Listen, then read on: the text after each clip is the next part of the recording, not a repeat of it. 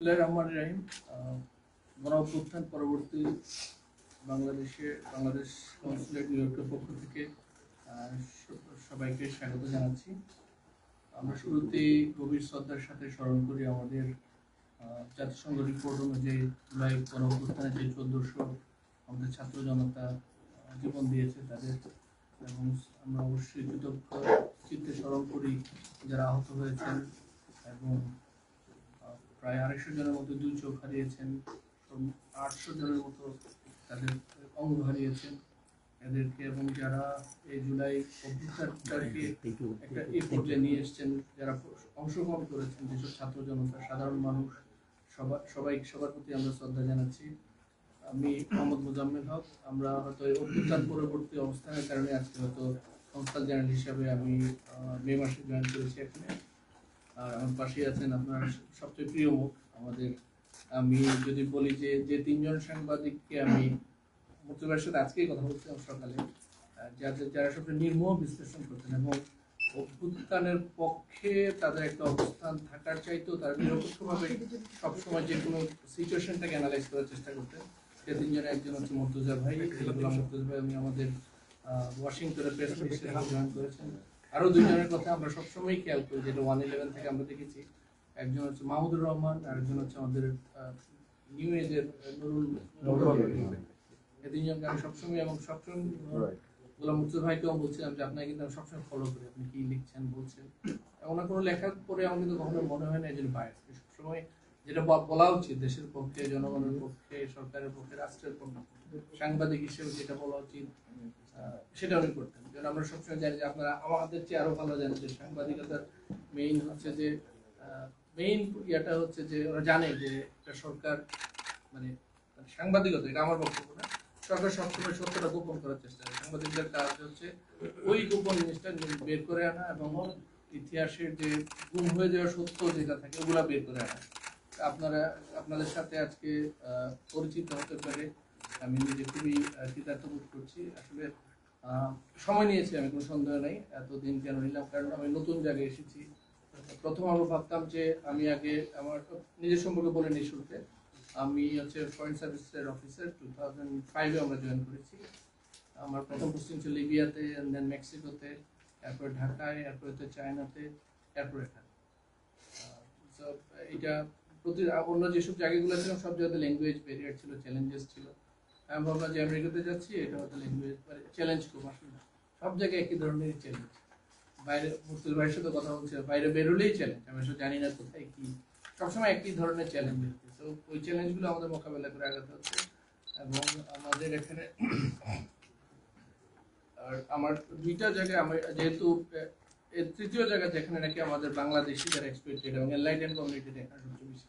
আমি আগে 2 জায়গায় কাজ করেছি, 2 জায়গাটাতে আমার ইন্টারেস্টিং এক্সপিরিয়েন্স আছে। যে লিবিয়াতে আমি ছিলাম। লিবিয়ার আপনারা জানেন যে ইতালিতে যে সমুদ্র পাড়ি দিয়ে ভূমধ্যসাগর থেকে যায়, এটার সোর্স কান্ট্রিগুলো ছিল কিন্তু লিবিয়া থেকে প্রায় আমি থাকা অবস্থায় 34,000 মানে সাগর পাড়ি দিয়ে যায় এবং অনেক মানুষ ওই জায়গায় মারাও যায়, যেগুলো আনডকুমেন্টেড। এদের সংখ্যা হিউজ। এটা হয়তো আমরা কখনো বলি নাই পাবলিকলি, এটা বলা যায় নাই বা অফিসিয়াল বলা যায় না। ওইটা আমি দেখছি। এবং আমি মেক্সিকোতে ছিলাম। এখন এই জায়গায় যারা আসে মেক্সিকোর বর্ডার দিয়ে, ওই বাস্তবতা আমি জানি আর কি, বাংলাদেশিরা যারা কিভাবে আসে। এই যে 2টা জিনিস আমি ফেস করেছি। একটা হচ্ছে আমেরিকাতে ঢুকছে একটা অংশ, আর একটা অংশ হচ্ছে ইউরোপের দিকে যাচ্ছে। এই জায়গাতে আসলে যেটা আমার ভালো লেগেছে, এটা সব এনলাইটেন কমিউনিটি, সবার সাথে কথা বলি ভালো লাগে। প্রত্যেকে মানে যে শ্রদ্ধা বোধ যে দেখায় দুই পক্ষের প্রতি, এটা আমাদের কাছে সবচেয়ে ভালো লাগে এখানে। আর এখানে আমাদের অন্যতম প্রধান কাজটা হচ্ছে প্রবাসী বাংলাদেশি এবং বাংলাদেশি আমেরিকান যারা আছে তাদের কনসুলার যে কোনো ধরনের সমস্যা সমাধান ওগুলো করার চেষ্টা করা। আমরা ডেফিনেটলি আমাদের কিছু সীমাবদ্ধতা আছে সার্ভিস দেওয়ার ক্ষেত্রে, জনবল অনেক জিনিসের ক্ষেত্রে।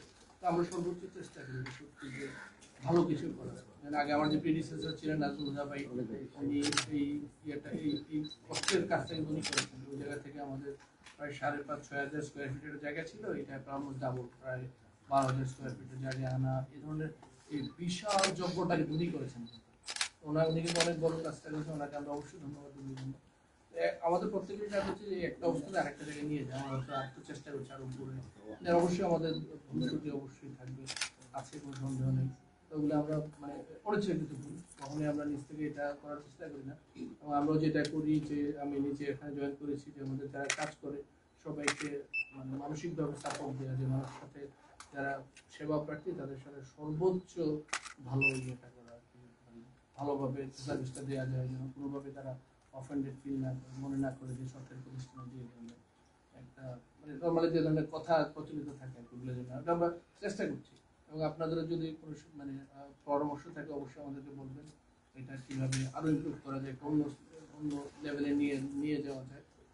অবশ্যই এটা আপনাদের কাছে আমি আমাদের স্টাফ সব প্রতিটা মিটিংয়ে আমি বলি যে যেহেতু এরা তো ফ্রন্ট রানার, ওরাই তো সবকিছু করে আসলে, মানুষের সাথে ইন্টারাকশনটা ওরা করে, আমরা তো পেছনে থাকি, ওরা কি কি ফেস করছে ওদের কোনো সাজেশন থাকে আপনাদেরও যদি থাকে আমরা ওপেন, আমরা যেগুলো অ্যাড্রেস করতে রাজি আছি। একটা জিনিস শিওর যে বাংলাদেশে গত 20-25 বছর 2001 থেকে শুরু করে যদি 25 বছর দেখি অর্থনীতি আমাদের যে economy size of the economy huge change হয়ে গেছে, আমাদের সক্ষমতা বেড়েছে। এগুলো যে হয়তো আমাদের আগে আমাদের এমবিসি গুলা কনসুলেট গুলা যেরকম সেবি ছিল, হয়তো আমাদের মানে আর্থিক একটা আমাদের কনস্ট্রেন্ট ছিল, এগুলাতে আমরা কিন্তু বের হয়ে আসছি। আমরা মোটামুটি একটা অবদান একটা সক্ষম একটা জাতি হিসাবে অর্থনৈতিকভাবে আমরা উন্নয়ন মানে উন্নতির দিকে ধাবমান একটা দেশ হিসাবে আমরা নিজেদেরকে বিশ্ব ব্যবস্থা করতে পেরেছি।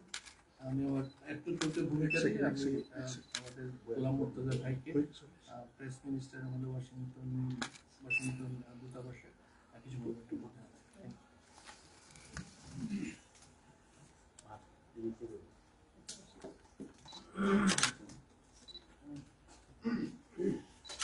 সালাম, শুভেচ্ছা এবং ধন্যবাদ সবাইকে।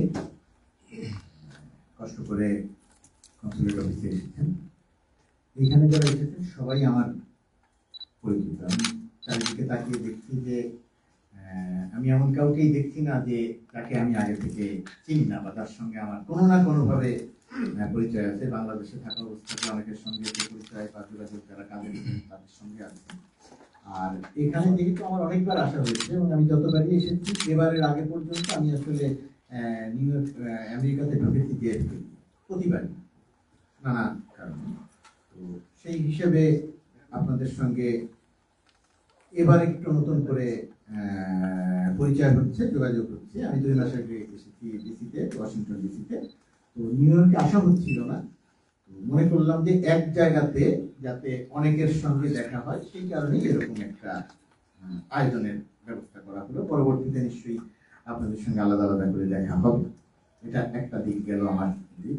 আর শুরুতে যে জিনিসটা একটু ক্লারিফিকেশন দেওয়া দরকার মনে করি, যে কথাটা বলতে গিয়ে যেটা বললেন 2-3 জন বা নাম উল্লেখ করে বললে একটু অসুবিধা হয় এই কারণে বলা দরকার যে বাংলাদেশে একটি গণঅভ্যুত্থান সংগঠিত হয়েছে। সেই গণঅভ্যুত্থান বাংলাদেশের প্রায় সব মানুষের অংশগ্রহণ ছিল। যারা পত্রিকায় লিখেছেন তাদের অংশগ্রহণ ছিল, যারা টেলিভিশনে কথা বলেছেন তাদের অংশগ্রহণ ছিল, যারা মাঠে থেকে রক্ত দিয়েছেন তাদের তো ছিল। এত বড় দানবীয় একটি শক্তির বিরুদ্ধে একটি সফল গণঅভ্যুত্থান কোনো একটি গ্রুপের কারণে হয় না। সবার অংশগ্রহণ ছিল। সামনে ছিল শিক্ষার্থীরা নেতৃত্ব দিয়েছে, আর পেছনে সকল রাজনৈতিক শক্তি ছিল, আওয়ামী লীগ বাদে। আওয়ামী লীগ যেটা একটা ফ্যাসিস্ট শক্তি হিসেবে আবির্ভূত হয়েছিল, সেই কারণে তারা সবাই ভূমিকা রেখেছে। দেশের বাইরে থেকে যারা কথা বলেছেন, দেশের বাইরে থেকে যারা লিখেছেন, তাদের যেমন অত্যন্ত গুরুত্বপূর্ণ ভূমিকা ছিল, বাংলাদেশে আমরা যারা কথা বলেছি হয়তো তাদেরও ভূমিকা ছিল। কিন্তু শেষ পর্যন্ত যে আমি মূল কৃতিত্বটা দিই, যারা মাঠে থেকে সামনে থেকে মানে AK-47 সামনে দাঁড়িয়ে পাশের ছেলেটি গুলি লেগে পড়ে গেছে, সে যে দৌড়ে পালিয়ে যায়নি, সেই মানুষ ওই রক্তের উপরে দাঁড়িয়ে একটি সরকার গঠিত হয়েছে।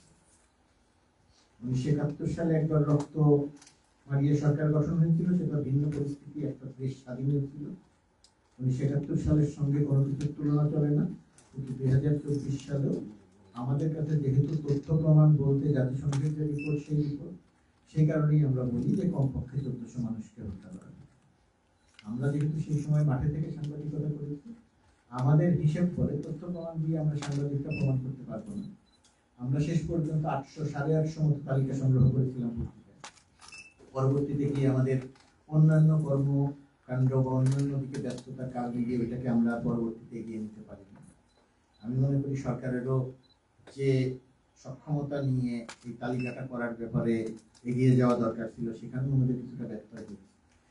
সেই জায়গাটিতে জাতিসংঘের এই মানবাধিকার হাই কমিশনের রিপোর্ট আমাদেরকে একটা সুরক্ষা দিয়েছে যে কমপক্ষে 1400 মানুষের কথা বলতে পারি, কিন্তু বাস্তবে এই নিহত মানুষের সংখ্যা, হত্যাযজ্ঞের সংখ্যা অবশ্যই 2000-এর উপরে বলে এটা আমার ব্যক্তিগত ধারণা। মাঠে থেকে আমি যে কাজ করেছি, আমরা যেটা দেখেছি, সেটার পরিপ্রেক্ষিতে আমাদের যেটা মনে হয় এত মানুষের আত্মত্যাগের বিনিময়ে আজকে একটা সরকার গঠিত হয়েছে। দেশের বাইরে যারা থেকেছেন তারাও এই গণঅভ্যুত্থানে অত্যন্ত গুরুত্বপূর্ণ ভূমিকা রেখেছেন। আপনারা কিছুটা দুর্ভাগ্য বলতে পারেন অবস্থানগত কারণে ঢাকায় না থাকা হচ্ছে এই কারণে সাংবাদিক হিসেবে বিশেষ করে যারা আছেন সেখানে, সেটা যে 71 আমরা যারা দেখিনি তারা যখন গল্প শুনি তখন মনে হয় যে যদি 71 দেখার সুযোগ হতো, যদি অংশ নেওয়ার সুযোগ হতো। একই রকম ভাবে 2024-এ যেভাবে জাগরণ তৈরি হয়েছে, যেভাবে মানুষ আন্দোলন করেছে, যেভাবে মানুষ প্রতিবাদ করেছে, যেভাবে মানুষ রাজপথে নেমে এসেছে, যেভাবে মানুষ রক্ত দিয়েছে, সেটা আসলে একটা অভূতপূর্ব ঘটনা। এই ঘটনা লিখে বলে এমনকি ডকুমেন্টারি দেখিয়েও বোঝানো সম্ভব নয় বাস্তবে যে ঘটনাটা কিরকম হয়েছে। তো সেই রকম একটা এখনো বহু আহত, শত শত কয়েকশো আহত মানুষ হাসপাতালে শুয়ে আছে, তাদের অনেক অভাব অভিযোগ আছে, সরকারের পক্ষ থেকে চেষ্টাও করা হচ্ছে। তো সেরকম একটা জায়গায় দাঁড়িয়ে একটা সরকার গঠিত হয়েছে। তো সেই সরকারের প্রধানতম যে উদ্দেশ্য একটা নির্বাচন করে দেওয়া, সেই নির্বাচনটির ইতিমধ্যেই অনেক ধোঁয়াশা ছিল। সেই ধোঁয়াশা মোটামুটি ভাবে পরিষ্কার হয়ে এখন আমাদের সামনে মোটামুটি একটা ক্লিয়ার চিত্র আছে। আমি মনে করি না যে এখন এই জায়গাটাতে কোনো ধোঁয়াশা আছে। আর এর বাইরে সরকারের অন্যান্য কার্যক্রমের মধ্যে সরকারের অন্যতম গুরুত্বপূর্ণ এজেন্ডা প্রবাসী বাংলাদেশিরা। সারা পৃথিবীতে যে প্রবাসী বাংলাদেশিরা আছেন, আমরা বারবার করে বলি, সব সরকার বলে যে প্রবাসীদের অনেক বড় অবদান, কিন্তু প্রবাসীদের স্বার্থ রক্ষা বা প্রবাসীদের মিনিমাম যে সুযোগ সুবিধাগত জায়গা, সেই জায়গাটাতে অনেক সীমাবদ্ধতা আছে সরকারের জায়গায়। ডক্টর ইউনূসের সরকারের একটা অন্যতম গুরুত্বপূর্ণ এজেন্ডা হচ্ছে যে এই কনসুলেট অফিস, ওয়াশিংটন ডিসির বাংলাদেশ দূতাবাস বা পৃথিবীর যে সমস্ত জায়গাতে বাংলাদেশের দূতাবাস আছে, অফিস আছে, এই সমস্ত অফিসগুলো সত্যিকার অর্থে এগুলো হবে বাংলাদেশের মানুষের অফিস, প্রবাসী বাংলাদেশিদের অফিস। নিজের অফিসে যেমন অভিযোগ থাকে, নিজের কাজ নিয়ে যেমন অভিযোগ থাকে, তেমন অভিযোগ থাকবে, কিন্তু এখানে কেউ অতিথিও হবেন না, এখানে কেউ বহিরাগত হবেন না, এখানে কেউ এসে প্রত্যাখ্যাত হয়ে ফিরে যাবেন না। এটা সরকারের নীতি। এবং আমি নিজে কিছুটা খুশি, কারণ ওয়াশিংটন ডিসির দূতাবাসের যে তৎপরতা পূর্বের সঙ্গে এখনকার যদি কম্পেয়ার করা হয়, তাহলে আমি দেখি যে সেই সেবার মান অনেক বৃদ্ধি পেয়েছে। এখন আমি প্রবাসীদের সঙ্গে কথা বলতে গিয়ে দেখেছি যে অভিযোগ নাই বললেই চলে, এবং যে সমস্ত অভিযোগ আসে সেই সমস্ত অভিযোগের তাৎক্ষণিকভাবে একটা সমাধান করার চেষ্টা করা হয়। এবং দূতাবাসে আমরা যারা কাজ করি তাদেরকে মোটামুটি ভাবে স্ট্রিক্টলি একটা বলা হচ্ছে যে কেউ কোনো প্রবাসীর সঙ্গে খারাপ ব্যবহার করতে পারবে না, সেটা টেলিফোনে হোক, সরাসরি হোক। এবং আপনারা এখানে যারা থাকবেন, আপনারা এখানে যারা এসেছেন তাদের হয়তো সমস্যা হয় না, যাদের সমস্যা হয় আপনাদের পরিচিত জন, বন্ধু বান্ধব যারা দেশে এসেছে, এরকম পরিস্থিতির মুখোমুখি আমি বিশ্বাস করি যে এখন থেকেই, আর আগামী দিনে এখনো নাই, আগামী দিনে সেটা হতে হবে না। বা যদি কারো হতে হয় তাহলে এটা আপনারা অবশ্যই এইখানের যে দায়িত্বশীল ব্যক্তিরা আছেন তাদের নজরে আনবেন। এবং ওনারা কিন্তু একদম প্রতিশ্রুতিবদ্ধ, অঙ্গীকারবদ্ধ যে প্রবাসীরা কোনো রকম কোনো নাজেহাল হবেন না, কোনো রকম কোনো কি বলবো অসুবিধার সম্মুখীন হবেন না। কোনো কাজের জন্য সময় লাগতে পারে, কিন্তু সেটাও খুব কি বলে যে মানে প্রয়োজনীয় যে সময়টুকু লাগবে সেই সময়টুকুর মধ্যেই থাকবে। মোটামুটি ভাবে এটা বলা।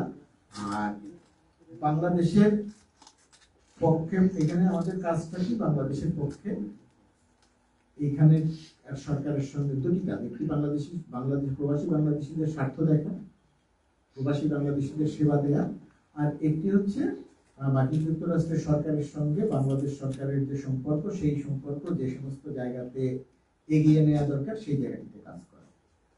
বাইরে থেকে আমরা সাংবাদিক হিসেবে যখন দেখেছি, তখন অধিকাংশ ক্ষেত্রে আমাদের সামনে একটা অভিযোগ আমরা পেয়েছি যে দূতাবাস কোনো কাজ করে না, দূতাবাসে কোনো কাজ হয় না, এইরকম একটা অভিযোগ আমি পেয়েছি। এই অভিযোগটি যে একেবারে অসত্য আমি উড়িয়ে দিচ্ছি তা বলছি না, আমি এই দিকে অবস্থান করে উড়িয়ে দিচ্ছি। সব জায়গার চিত্র হয়তো কোনো কোনো জায়গার চিত্র হয়তো এরকম আছে, কিন্তু আমি দূতাবাসে আমি যখন গত 2-2.5 মাস ধরে কাজ করতে গিয়ে দেখছি যে মার্কিন যুক্তরাষ্ট্রে এই সময়টাতে বাংলাদেশ যেরকম তার একটা কঠিন সময় পার করছে, মার্কিন যুক্তরাষ্ট্রের পলিটিক্সের একটা কঠিন সময় যাচ্ছে, নানা রকমের পরিবর্তন হচ্ছে, এখানে আনপ্রেডিক্টেবল অনেক কিছু ঘটছে। সেই রকম জায়গাতে বাংলাদেশ সরকারের দূতাবাস অনেক ব্যস্ততার সঙ্গে কাজ করছে এবং সেই রকম জায়গাতে দূতাবাসের অনেক গুরুত্বপূর্ণ দায়িত্ব রয়েছে এবং সেই কাজগুলো খুব যোগ্যতার সঙ্গে করে দেওয়া হচ্ছে। এটা পাবলিকলি জানছে না, তার কারণ মার্কিন যুক্তরাষ্ট্রের সঙ্গে এখন যে সমস্ত ইস্যুতে, বিশেষ করে নির্বাচনী ইস্যুতে এবং স্পেশালি বাংলাদেশের স্পেশালি ট্যারিফ ইস্যুতে, যে বাংলাদেশ সহ সারা পৃথিবীর উপরে যে শুল্ক আরোপ করা হচ্ছে, ওই ইস্যুতে খুব গুরুত্বপূর্ণ আলোচনা চলছে এখন স্টেট ডিপার্টমেন্টের সঙ্গে। এবং সেই আলোচনাটা যেহেতু মার্কিন যুক্তরাষ্ট্রে যাওয়া হচ্ছে, আলোচনাটা একটা জায়গা পর্যন্ত না পৌঁছলে এটা পাবলিক করা যাবে না বা প্রকাশ করা যাবে না। ওই খুব খুব খুব সেন্সিটিভ জায়গাগুলো, তো ওই জায়গার আলোচনাটা চলছে। দূতাবাস এখন খুবই ব্যস্ততার সঙ্গে পার করছে, এর বাইরে আরো আনুষঙ্গিক অনেক কাজ করছে। এটা বলছি আমি এই কারণে যে বিশেষ করে বর্তমান সরকার দায়িত্ব নেওয়ার পর থেকে কাজের গতি, মানসিকতায় অনেক পরিবর্তন এসেছে। ইতিপূর্বে বাংলাদেশ যখন IMF এর থেকে লোন বা বিশ্ব ব্যাংকের বিভিন্ন প্রজেক্টে লোন নেওয়ার সঙ্গে যে আলোচনা করত, আমি এবার বাংলাদেশ ডেলিগেট টিমের অংশ হিসেবে ওই আলোচনাগুলো থেকে দেখেছি। বাংলাদেশের অতীতের অবস্থান ছিল যে কোনো শর্তে যে কোনো কিছুর বিনিময়ে লোন আমাকে পেতে হবে। আর এবারের আলোচনাটাই আমি একটি জিনিস খেয়াল করেছি, আমি ছিলাম আলোচনা, আমি দায়িত্ব নিয়ে বলছি, আলোচনাগুলোতে একটি বিষয় খেয়াল করেছি। IMF এর সঙ্গে যখন বাংলাদেশের আলোচনা হয়েছে, আলোচনার কোনো পর্যায়েই এমন ছিল না যে IMF লোন দিবে না। আলোচনাটা ছিল IMF এর কিছু, ওরা তো শর্ত বলে না, IMF এর কিছু পলিসি বলে যে আমরা চাই এই পলিসিটা বাংলাদেশ ইমপ্লিমেন্ট করবে। সেই জায়গাগুলোতে বাংলাদেশের জন্য ভালো হবে না। বাংলাদেশ যখন যে জায়গাটাতে মনে করেছে এরকম কোনো ইস্যু সামনে এসেছে, বাংলাদেশ সেই জায়গাটাতে রাজি হয়নি। বাংলাদেশ বলেছে না, তোমাদের এই পলিসিটা পরিবর্তন করতে হবে, আমরা এই পলিসিটা গ্রহণ করব না। সরকারি সিস্টেমের একটা সমস্যা হয় যে অনেক কথা সরকারি সিস্টেমে ঠিক মতো বলা যায়, ঠিক মতো প্রেসের সামনে আনা যায় না। সেই কারণে IMF বা বিশ্ব ব্যাংকের সঙ্গে আলোচনার সময় এই যে কয়েকদিন আগে যেটা হয়ে গেল, আমি আসার পর যেটা হয়ে গেল, সেইখানে বাংলাদেশ যে সক্ষমতার পরিচয় দিয়েছে, বাংলাদেশ দূতাবাস যে সক্ষমতার পরিচয় দিয়েছে, বাংলাদেশ থেকে আসা ডেলিগেট টিম যে সক্ষমতার পরিচয় দিয়েছে, অর্থ অ্যাডভাইজার সালাউদ্দিন আহমেদ যে যোগ্যতার প্রমাণ দিয়েছেন, বাংলাদেশ ব্যাংকের গভর্নর আহসান মনসুরকে গার্ডস রেখে IMF এর সঙ্গে কথা বলেছেন, ওইটার প্রতিফলন মিডিয়াতে আমরা দেখাতে পারিনি। মিডিয়াতে আমিও বলতে পারিনি, তার কারণ অনেক সীমাবদ্ধতা আছে সরকারি সিস্টেমে। এটা বলতে গেলে কি হবে, ওইটা বললে কি হবে, আবার IMF এর অনেক শর্ত থাকে, বিশ্ব ব্যাংকের অনেক শর্ত থাকে, তোমরা এটা পাবলিকলি বলো না, এখানকার আলোচনাটা, সেটা বলা যায়নি। কিন্তু বাংলাদেশের যেটা বললো, আমাদের অর্থনীতি বড় হয়েছে, একই সঙ্গে আমাদের অনেক স্ট্রেংথ বেড়েছে, শক্তি বেড়েছে, এবং সেই শক্তির একটা বড় উৎস হচ্ছে প্রবাসী বাংলাদেশ। তো সেই জায়গাটাতে আমরা, বা আমি যদি আমার কথা বলি, আমাদের এই কনসুলেটের কথা যদি বলি, যে আমরা যে আপনাদের সঙ্গে কাজ করতে পারছি আগামী 1 বছর, 1.5 বছর, 2 বছর, অথবা আমি আমার কথা বলি যে এই সরকার যতদিন আছে ততদিন পর্যন্ত, এই সরকার কতদিন আছে, ফেব্রুয়ারি ইলেকশন হয়ে যাবে, মার্চটা আছে, আমি হয় তারপরে থাকবো অথবা তারপরে থাকবো না, সেটা যাই হোক না কেন, তো এই সময়কালের মধ্যে আপনাদের সঙ্গে কাজ করতে চাই। এবং আমরা ডক্টর ইউনূসের সরকারের একটা মূল দৃষ্টিভঙ্গি হচ্ছে অতীতে কি ছিল সেটা নয়, আমরা যে সময়টাতে কাজ করলাম অনেক সীমাবদ্ধতা আছে, দেশে অনেক জটিলতা আছে, কিন্তু দেশের বাইরে আমাদের দূতাবাসগুলো বিষয়ে প্রবাসীদের দৃষ্টিভঙ্গিটা এমন হবে যে দূতাবাস আছে প্রবাসীদের জন্য, দূতাবাস আছে বাংলাদেশের মানুষের জন্য, দূতাবাস আছে বাংলাদেশের স্বার্থ দেখার জন্য, বাংলাদেশের মানুষকে হয়রানি করার জন্য নয়, বাংলাদেশের মানুষের সঙ্গে খারাপ ব্যবহার করার জন্য নয়, দূতাবাস নয়। এইরকম একটি ইতিবাচক ভাবমূর্তিটা আমরা তৈরি করতে চাই, বাংলাদেশ তৈরি করতে চাই। এটা ডক্টর ইউনূস সরকারের একদম সুস্পষ্ট ঘোষণা। যার ভিসার দরকার হবে সেটা একজন বিদেশি হোক, সেই ভিসার দরকার হবে, তাকে যত দ্রুত সম্ভব স্মুথলি তাকে ভিসা দিতে হবে।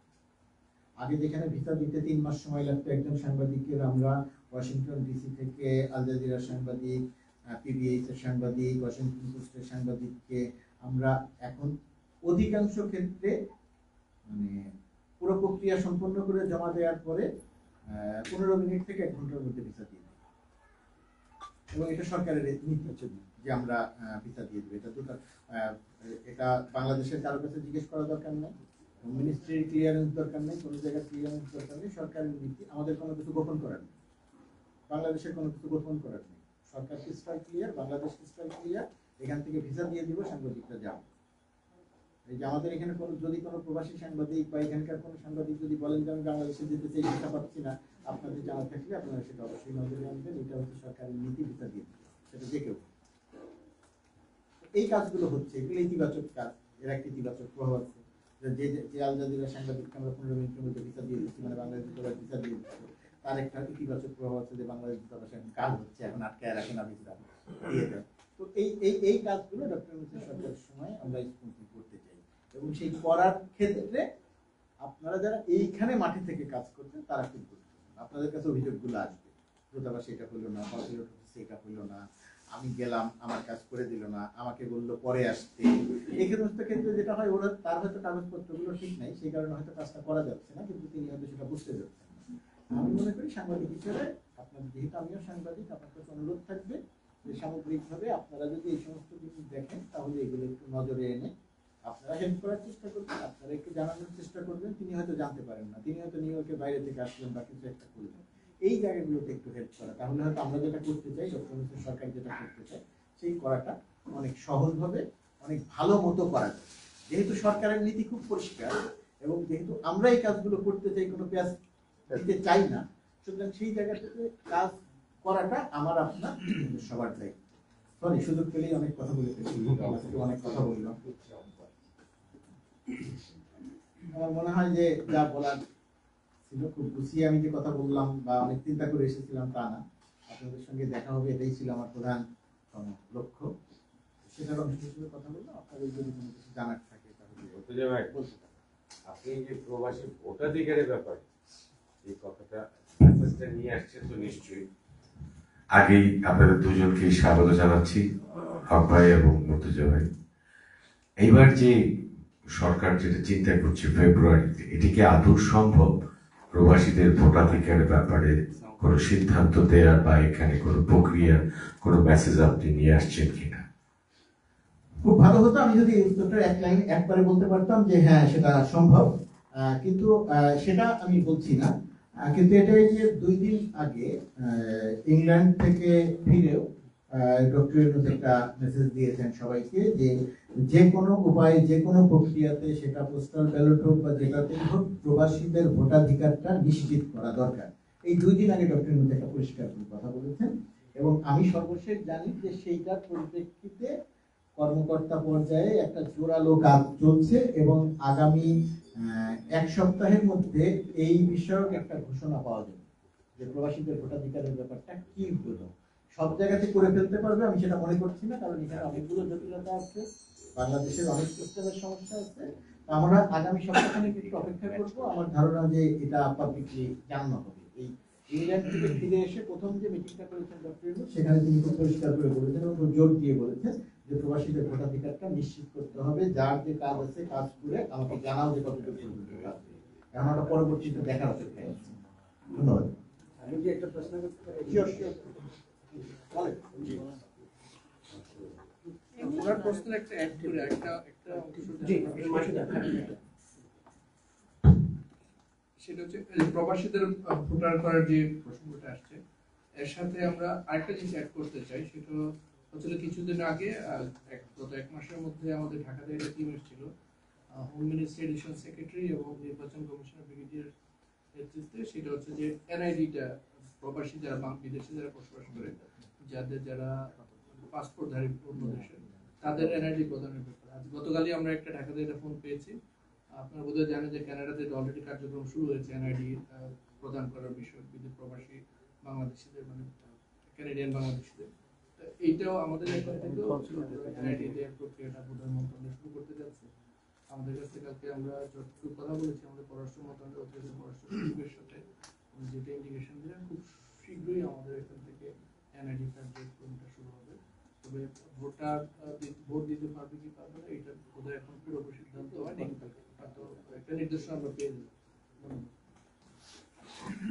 এনআইডির ওইটাতেও একটু জটিলতা আছে যে যাদের এখানে মার্কিন পাসপোর্ট আছে, যিনি বাংলাদেশি পাসপোর্ট নেয়ার জন্য অর্থাৎ ডুয়াল সিটিজেনশিপের জন্য আবেদন করেন নাই অথবা নেন নাই, তাদের ক্ষেত্রে কি হবে এই কেন্দ্রিক কিছু জটিলতা আছে, যে কারণে এনআইডির প্রজেক্টটা যত দ্রুত হওয়ার কথা ছিল অত দ্রুত হয় নাই।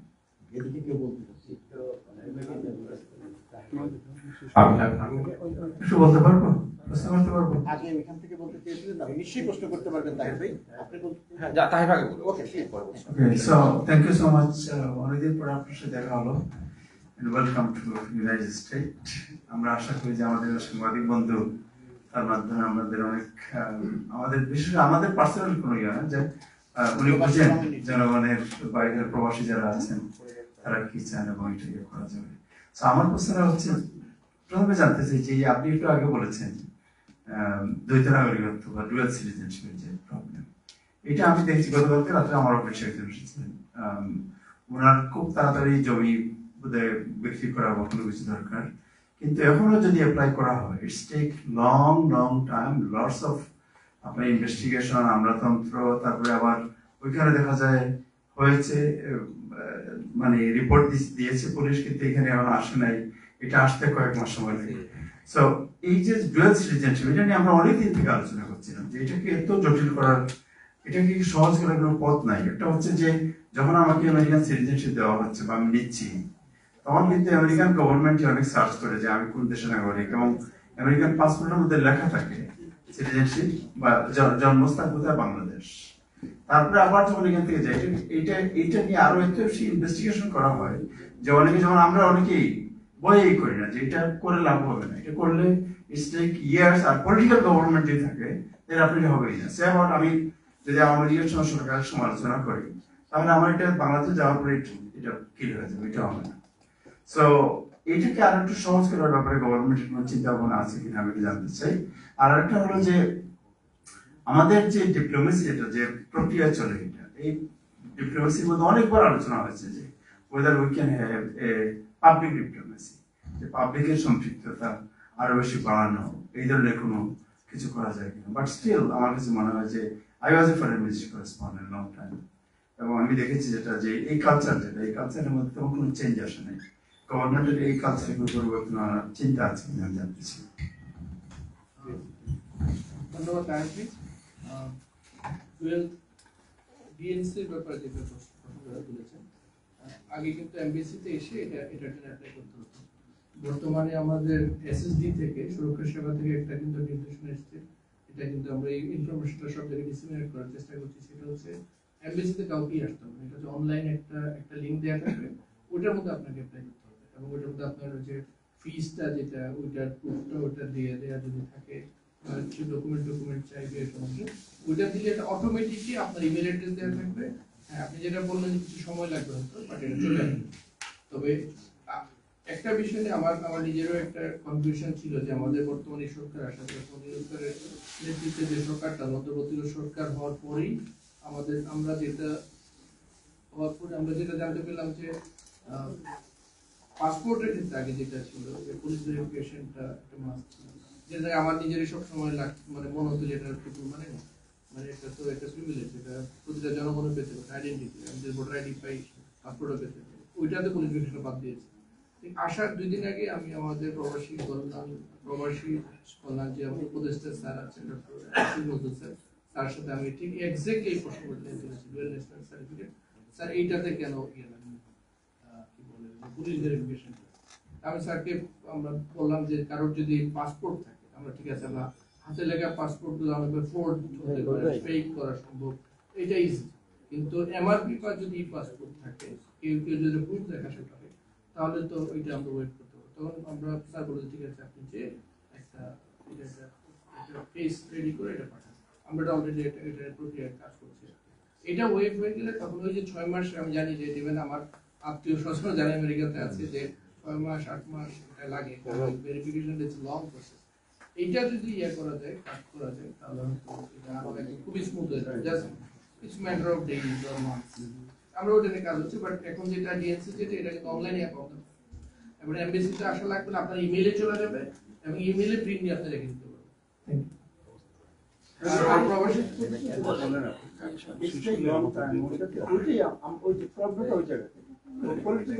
এটা হচ্ছে পলিসি সিদ্ধান্ত। এটা নিয়ে কিন্তু অলরেডি যেহেতু একটা স্টেপ পাসপোর্টের ক্ষেত্রে পুলিশ ভেরিফিকেশন কিন্তু এখন বাধ্যতামূলক না, এখন এটা বাদ দিয়ে দেওয়া হয়েছে।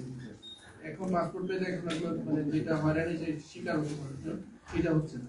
এটা নিয়ে কিন্তু আলোচনা কিন্তু যারা নীতি নির্ধারণ পর্যায়ে আছেন ওনাদের কাল পর্যন্ত এটা দেওয়া হয়েছে যে এটারও দরকার নেই, কারণ কারোর যদি পাসপোর্ট থাকে এমআরপি অথবা এমআরবি থাকে তাহলে তো তার এমআরবি না সরি ই পাসপোর্ট থাকে তাহলে তো আর তাকে ওটার জন্য ওটা ওয়েট করা যেতে পারে, বাট ওটা আলোচনার মধ্যে আছে।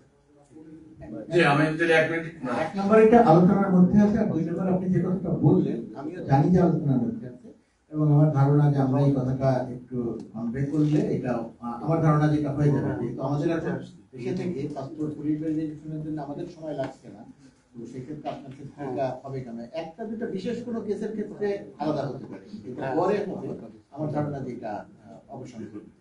আর পাবলিক ডিপ্লোমেসির কথা যেটা বলছেন এটা তো আমাদের অনেক রকমের যে দুর্বলতা আছে সেটা একটা বড় দুর্বলতা, ওটা না থাকলে তো কোনো কাজে ঠিক মতো পারবে না।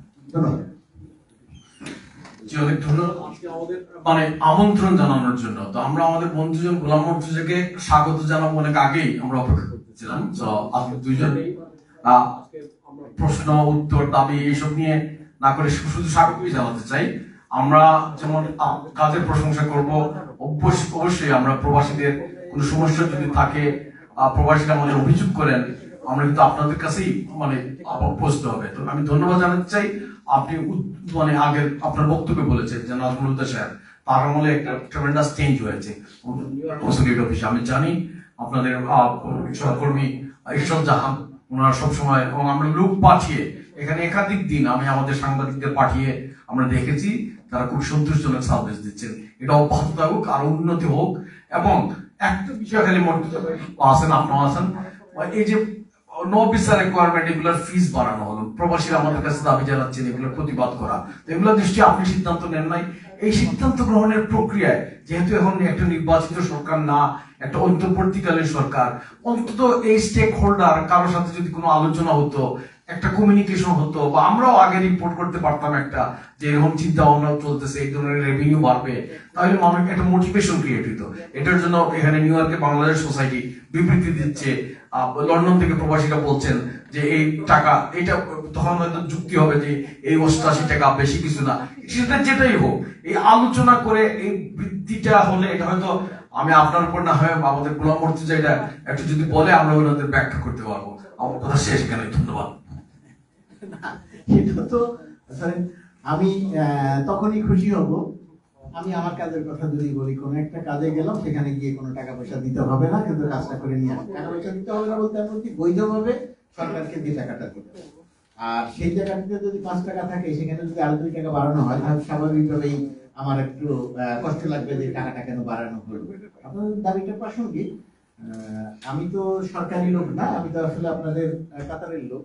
তারপরেও আমি যেটা একটু অনুরোধ করব যে ওইভাবে মনে হয় আমাদের একটু বিবেচনা করে দেখা দরকার যে যে টাকাটা এখন দিতে হয় সেই টাকাটা পরিমাণে অনেক বেশি কিনা সেটা একটু বিবেচনা করা দরকার আপনাদের নিজেদের।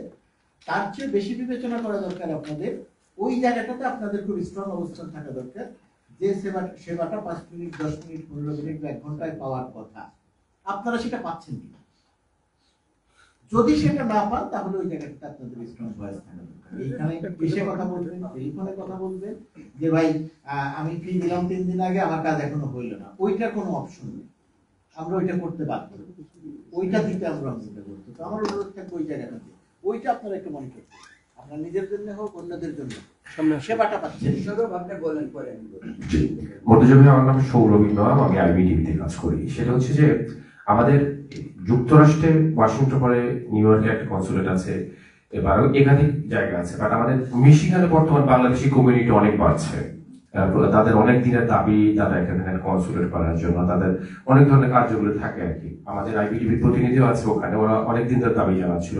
এইটা কোনো উদ্যোগ নেওয়া যায় কিনা আপনাদের, এটা কেউ দেখবেন কিনা? ঠিক আমার এই মুহূর্তে আমি জানি না আপনার স্মরণে আছে কিনা, বাট এই মুহূর্তে আমাদের দূতাবাসের একটা কাজ চলছিল 3টা বা 4টা জায়গাতে 4টা শহরে কনসুলেট অফিস করা।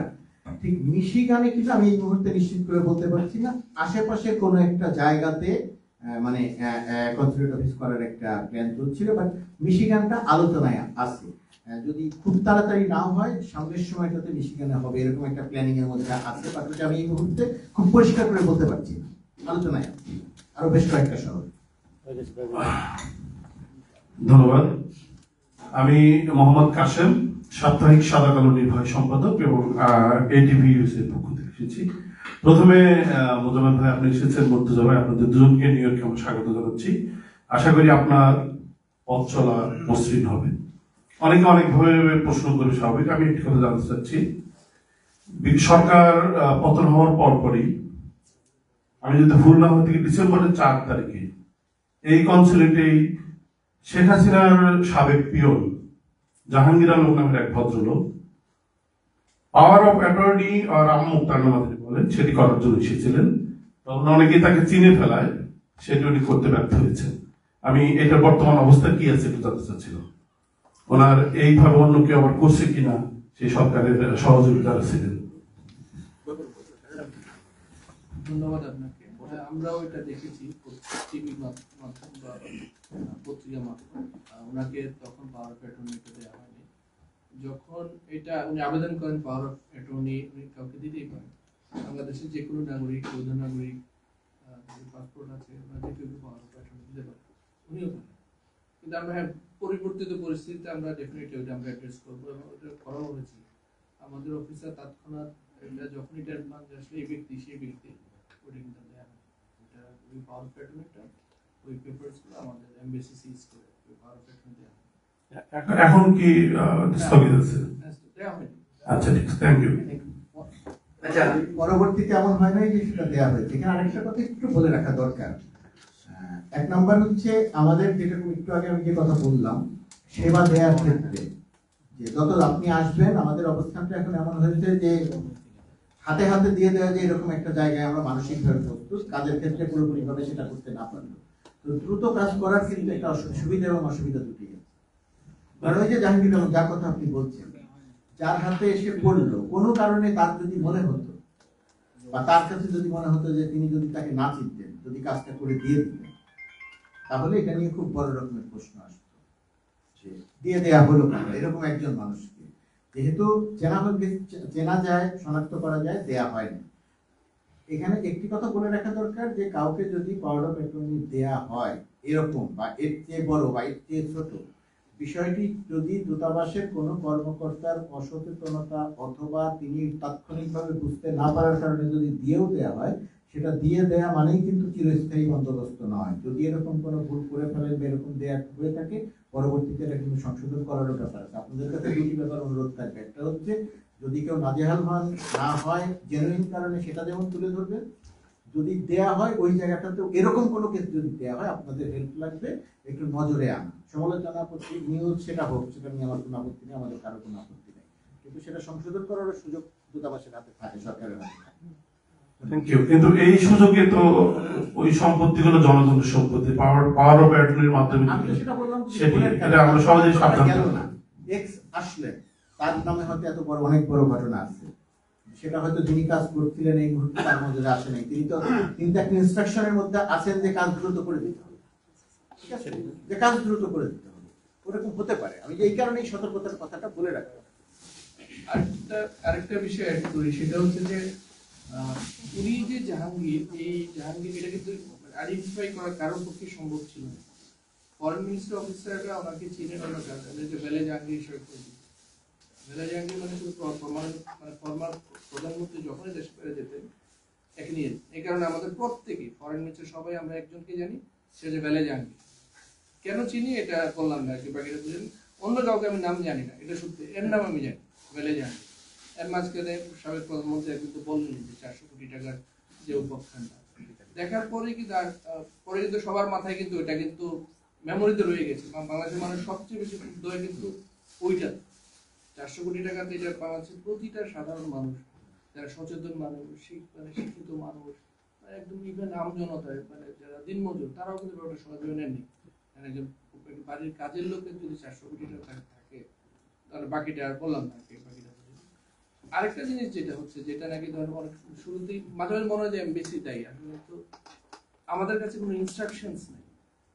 আমরা এখন পর্যন্ত কোনো ধরনের ইনস্ট্রাকশনস পাই নাই যে একে এটা দেওয়া যাবে না, ওটা করা যাবে না। আমি যে এটা ওনাকে দিব না, কিসের ভিত্তিতে আমি দিব, এরকম ইনস্ট্রাকশনস নেই আমাকে। এটা রাইট, এখন এটা প্রমাণিত হয় না যে প্রপার্টিটা এটা কোনভাবে আসছে, কিন্তু এটা আমরা নিজ থেকে আমরা করি জানি, কিন্তু ওইটাও করার আগে রিস্ক থাকে কিন্তু আমাদের।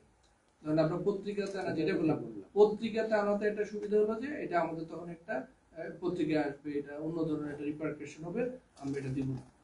কিন্তু এর বাইরে কিন্তু আমাদের এখন পর্যন্ত, তাই না? মুর্তজা ভাইয়ের কাছে আমার একটা তথ্য জানার আছে। মুর্তজা ভাইকে তথ্য জানার, আমাদের কাছে কিন্তু নাই। ছোট করে ঠিক আছে, থ্যাংক ইউ। মুর্তজা ভাইয়ের কাছে আমার একটা তথ্য জানা আছে।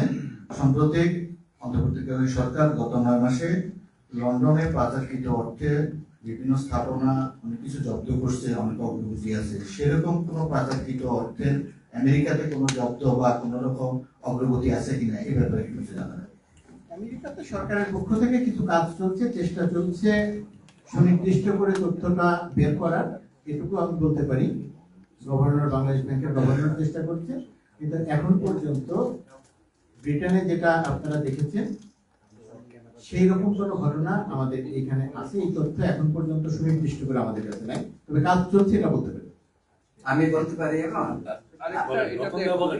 আমাদের যেটা বলেন যে অ্যাসেট যেগুলো হচ্ছে, যেগুলো স্টোরেন অ্যাসেট, আমি যতটুকু জানি আমাদের এই শহরেই তো আমাদের নিউ ইয়র্ক পার্মানেন্ট মিশন আছে, জাতিসংঘ যেটা দেখে, ওরা কিন্তু অলরেডি এটা তুলেছে যে রিকভারি অফ স্টোলেন অ্যাসেট, ওটা নিয়ে তারা অলরেডি কাজ করছে, জাতিসংঘের ওই পর্যায়ে তুলে নিয়ে কাজ চলছে। আর এটা কিন্তু খুবই স্লো এবং টিডিএস একটা প্রমাণ করা এটা ইজি না, কেউ দিতে হচ্ছে এখন। সো কাজ চলছে আর কি, আমাদের সরকারের পক্ষ থেকে এটা অলরেডি জাতিসংঘে উত্থাপন করা হচ্ছে। ব্রিটেন সরকার যতখানি সহযোগিতা করেছে, যেটা উদ্যমী হয়েছে, অন্য কেউ ওই পরিমাণ উদ্যোগী এখনো হয় না। হ্যাঁ, আপনারা দুজনকে নতুন নিয়োগ প্রাপ্ত দুজনকে অভিনন্দন জানাই। Good luck to you guys. আর প্রশ্ন হলো যে আমি দুটো প্রশ্ন করবো, একটা কোন কনসালটেন্ট সাহেবের কাছে আর একটা ভাইয়ের কাছে। আপনাকে তো আমি চিনি, খুব ভালো লাগলো, ভেরি ডিপ্লোম্যাটিক ওয়েতে কথা বললেন।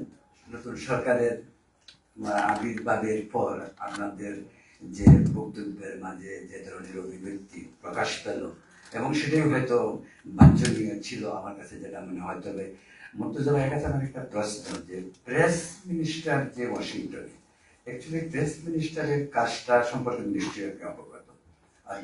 আপনি আসছেন 2 মাস হলো, আমরা কিন্তু আজ পর্যন্ত ওয়াশিংটন থেকে কোনো ধরনের প্রেস রিলিজ, আমি বলছি না যে প্রেস মিনিস্টারের কাজ শুধু প্রেস রিলিজ দেখা, কোনো ধরনের নিউজ, এমনকি নিউজ যেমন আজকাল বাংলাদেশের এই যে প্রতিদিনের এই ঘটনা, আমরা কিন্তু নিউ ইয়র্ক টাইমস থেকে শুরু করে ওয়াল স্ট্রিট জার্নাল বা বিভিন্ন পত্রপত্রিকাতে রিপোর্ট দেখি, সেই সমস্ত রিপোর্টগুলি কিন্তু তাদের নিজস্ব। আমার প্রশ্নটা হলো যে আপনি, ঠিক আছে IMF বা আপনি ওয়ার্ল্ড ব্যাংক বলতেই পারেন, এই ইনফরমেশনগুলো আমাদের জন্য খুব হেল্পফুল। তো আপনি যে কাজের জন্য নিয়োজিত, সে কাজের অগ্রগতি সম্পর্কে যদি একটু বলেন তো ভালো হয়। যেটা আমি মেনশন করছি আপনাকে, তো সেটা হলো যে আমরা কিন্তু কোনো ধরনের প্রেস রিলিজ পাইনি, বা আপনি এখানে মেইন স্ট্রিম মিডিয়ার সঙ্গে আপনার করেসপন্ডেন্টের অগ্রগতিটা কি, এটা প্রশ্নটা আপনাকে। আপনার সম্পর্কে আমি জানি, আমার এক ফ্রেন্ড বাংলাদেশ থেকে আপনার সম্পর্কে বলেছে। তা আমি একটা বিষয় বলতে চাই, যেহেতু এটা লোকাল ইস্যু, আমাদের জনগণের সেবা দেয়া। আজকে আমি যখন আসতেছি জ্যাকসন হাইটসে, আমাকে জেবিবির সাবেক প্রেসিডেন্ট হারুন ভুঁইয়া আমাকে বলতেছিল, আজই সকালবেলা একজন ভদ্রলোক, তার নাম হলো সৈয়দ আনোয়ার হোসেন, তিনি আসছেন আটলান্টা থেকে, সে পাসপোর্ট করবে এখানে। তখন তাকে তো পাসপোর্ট দেওয়া হয়নি, বা পাসপোর্টের পর্যন্ত রাখাও হয়নি অ্যাপ্লিকেশনটা, তাকে বলা হয়েছে নেক্সটে আসতে, বা 2 সপ্তাহ পরে বা 1 সপ্তাহ পরে। প্রশ্ন হলো আমি নিউ ইয়র্কে থাকি, আমি কালকে আসতে পারি, পরশু আসতে পারি, এক সপ্তাহ পরে আসতে পারি, আমার সিটে কোনো টাইম নেই। কিন্তু এই ভদ্রলোক আটলান্টা থেকে ড্রাইভ করে এসেছে, তাকে যদি এখান থেকে বলা হয় আপনি আগামী সপ্তাহে আসেন, তো হইল এই জিনিসটা অত্যন্ত আমি মনে করি যে সেবার মান যদি আপনি চিন্তা করেন তাহলে সেটা খুব বিব্রতকর আমার কাছে মনে হয়। আমি যেটা বলবো সেটা হলো যে এই বিষয়টাকে আর মানে অন্তত বাইরের থেকে যারা আসবে, ট্রাই স্ট্রিট এরিয়া বা অন্যান্য স্টেট থেকে যারা আসবে, তাদেরকে একটু কনসিডারেশন করা উচিত। নিউ ইয়র্কে আমরা যারা আছি আমাদের ব্যাপারটা অন্যরকম। Thank you.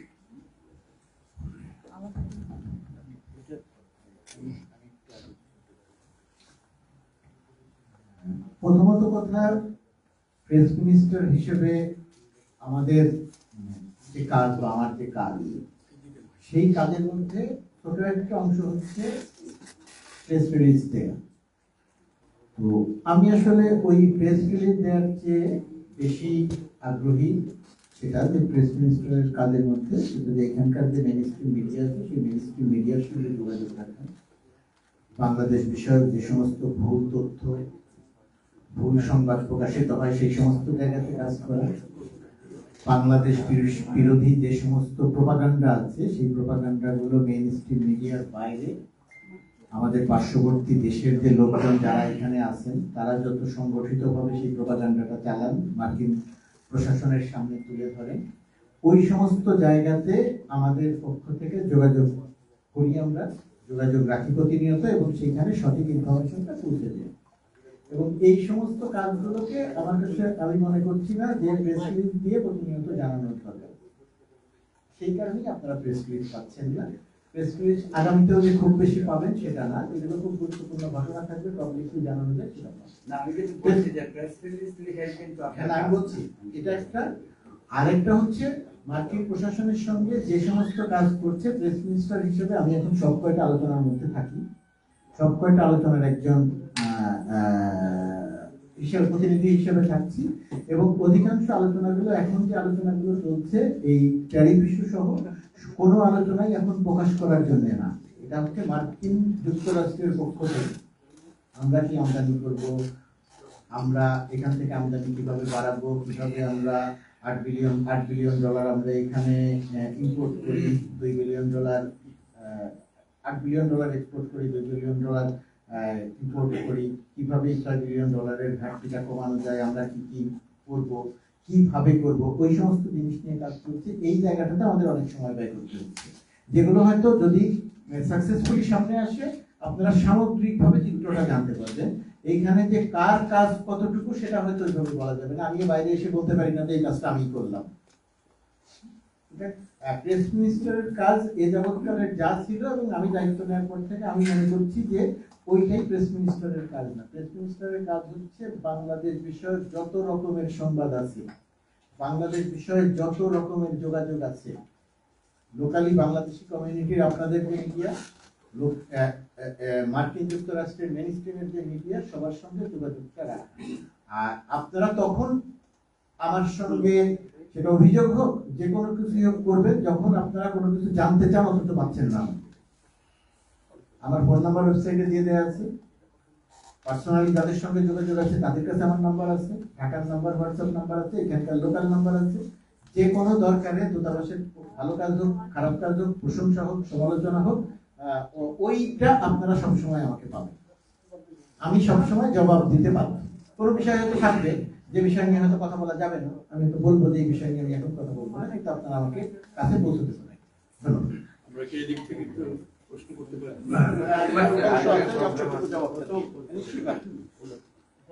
ধন্যবাদ ভাই, আপনি খুবই গুরুত্বপূর্ণ একটা প্রসঙ্গ তুলেছেন। আমি এই প্রেস মিটের আগে আমি আমাদের অফিসার এবং অন্যান্য এমবিসির সাথে কথা বলছিলাম, যেটা আমি করতে চাই। আমাদের সবাই বলছি করুন, বিপদে বলবো আমাদের কোয়েশ্চেন, কিন্তু আমার এরপর মনে হচ্ছে যে না, আমি এটা করবোই, কাম হোয়াট মে। কারণ হচ্ছে যে এখানে চ্যালেঞ্জেস গুলো কি কি, মানে আমাদের এক্সপেক্টেড কমিউনিটি যারা আছে তারা কি ধরনের সমস্যাগুলো পড়ে, এটা হয়তো আমার কাছে এসে পৌঁছাবে না, কারণ আমাকে রিচই করতে পারবে। এই কারণে আমি কিন্তু চেয়েছি যে আপনারা জানেন, যেহেতু আপনারা সাংবাদিকতা আছে, আপনাদের কাছেই প্রবাসী বাংলাদেশের সবচেয়ে বেশি আসবে, আপনাদের মাধ্যমে মেসেজটা দিতে চাইবে। আমি আপনার কথা সবচেয়ে খুশি হয়েছি যে এই ধরনের যত অভিযোগ থাকবে সব করবে, কোনো ধরনের কোনো সমস্যা নেই আমাদের। যেটা হয়েছে আজকে ঠিক আপনার একই ঘটনা, আমি প্রত্যেকদিনই আসি এখানে দেখি কি হচ্ছে। আমাদের পাসপোর্টের যেটা কিন্তু নর্মালি বাই অ্যাপয়েন্টমেন্ট, আর এটা আমাদের ক্যাপাসিটি এরকম যে ধরেন আছে 40টা, এর বেশি আমরা করবো নর্মালি, এটা আগে থেকে এটা করা থাকে। একজন আসছিল ওনাকে 4-5 দিন পরে বের করে কিছু না, বা কোনো একটা বিষয় ছিল, তারা আমি বলছি যে তারা আমাদের পাসপোর্ট অফিসার ছিল, বলছি যে যেহেতু ওনাটা অনলাইনে এনরোল করা আছে, এটা আমরা আজকে দিয়ে দিচ্ছি, আপনি ওয়েট করেন। আর সিরিয়াল এখন যে সবকিছু এসেই কিন্তু টোকেন নিয়ে সিরিয়াল অনুযায়ী শেষ হবে, তারা আপনারটা হবে। ওনারটা ঠিক এক্স্যাক্টলি আমার জানা নেই, তবে আপনি তুলেছেন ভালো হচ্ছে যে এটা তো আসলে এটা দেখতে হবে।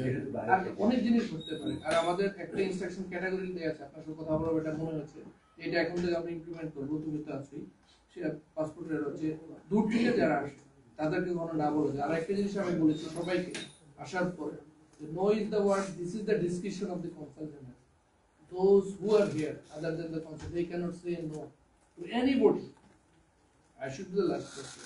If you fail, you talk to your boss, next officer. If he fails, he can talk to me. Otherwise, officer to discretion আছে, আমি ওভাররুল করে দিলাম, আমি এটা তুমি ওকে দিয়ে দেবো, ওটা ক্ষমতাটা দেওয়া আছে।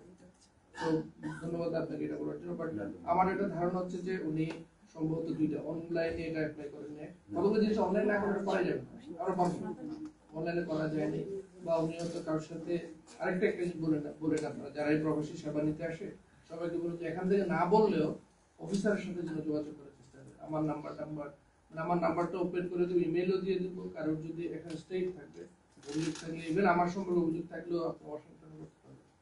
এই ব্যাপারে আমরা ওপেন রাখি। আমরা এখানে যেটা সর্বোচ্চ চেষ্টার মধ্যে সেবার মানটাকে একদম একটা পর্যায়ে নিয়ে শূন্যের নিচে নামিয়ে আনা সম্ভব না, মানে একটা যথাসম্ভব সহনীয় পর্যায়ে। 300 জনের মধ্যে 1-2 জন যদি এই কষ্টটা পায় তাও আমি মেনে নিব, তাও ওটাও আমরা অ্যাড্রেস করার চেষ্টা। একটু কনফিউজিং, মানে ঠিক আছে ফাইন, ভদ্রলোক কিন্তু এখানে আজকে আছে, সে তো মানে এখন উনি কি অনলাইনে অ্যাপ্লাই করেছেন? আমার মনে এটা আমি জানি না, আমার একটু সিম্পলি যেভাবে বললাম ঠিক সেভাবে বললাম। যে ভদ্রলোককে আমি কি বলবো যে কালকে সকালে আসার জন্য অনলাইনে করে দিতে বলেন, যদি উনি দূর থেকে এসেছেন করতে পারছি, মানে অনলাইনে অ্যাপ্লাই করতে বলেন, যদি পরবর্তী ডেটে যদি করে দেন তাহলে কালকেও যে সিরিয়াল লিখা আছে একজন ব্যক্তি সিরিয়াল ভেরি ইন্ডিভিজুয়াল না, আমি প্রতিটা বিভিন্ন জায়গা থেকে আসতে ওটা আবার এটা করা যাবে। কতগুলো আপনাকে অ্যাপয়েন্টমেন্ট নিয়ে এটা অনলাইনে আমাকে আগে আবেদন করে রাখতে ওটা বলতে। ধরুন 40 জন আছে, 40 জন মাঝখানে অনেক ঢুকানো যাবে না, তো সিরিয়াল ওইটা যদি করা হয়, কারণ আপনি যেটা বলছেন ধরেন 40 জনের একটা তালিকা করা হবে, এখন 41 নম্বর যিনি দূরের থেকে আসছেন, এখন 40 জনের মধ্যে কাউকে যদি এখানে আগে ঢুকিয়ে করে দেওয়া হয়, ওই 40 জন কিন্তু ওটা বুঝতে চাইবেন না। প্রবলেম আপনার তো সেটা বিশেষ না, সেটা বিশেষ সেটা করা উচিত। এখন 41 জনের জায়গাতে তো আরো 20 জন হতে পারে, সেটা তো আপনার ক্যাপাবিলিটি থাকতে হবে। আমি বলছি ওই সীমাবদ্ধতা তো বিবেচনা করতে হবে। আপনি বলেছেন এবং ওই দেখবেন যে এটা কি করা যাবে, সর্বোচ্চ চেষ্টা করা হবে এদেরকে না বলতে, আমরা না বলার চেষ্টা বলি, সর্বোচ্চ চেষ্টা করা। ধন্যবাদ। একটু প্রশ্ন করি। গোলাম মুর্তজা বন্ধু মানুষ, welcome to USA, Washington, new York, সব জায়গাতে। আপনি এখানে একটি পত্রিকার সম্পাদনাও করছেন, সম্পাদনার দায়িত্বে আছেন আমার বন্ধু জিকোর একটি পত্রিকাতে। এখন আর করছেন এক সময় ছিলেন। যাই হোক, মাঝে মধ্যে টক শোতে দেখতাম, আপনার লেখাও পড়তাম, ভালো লাগতো।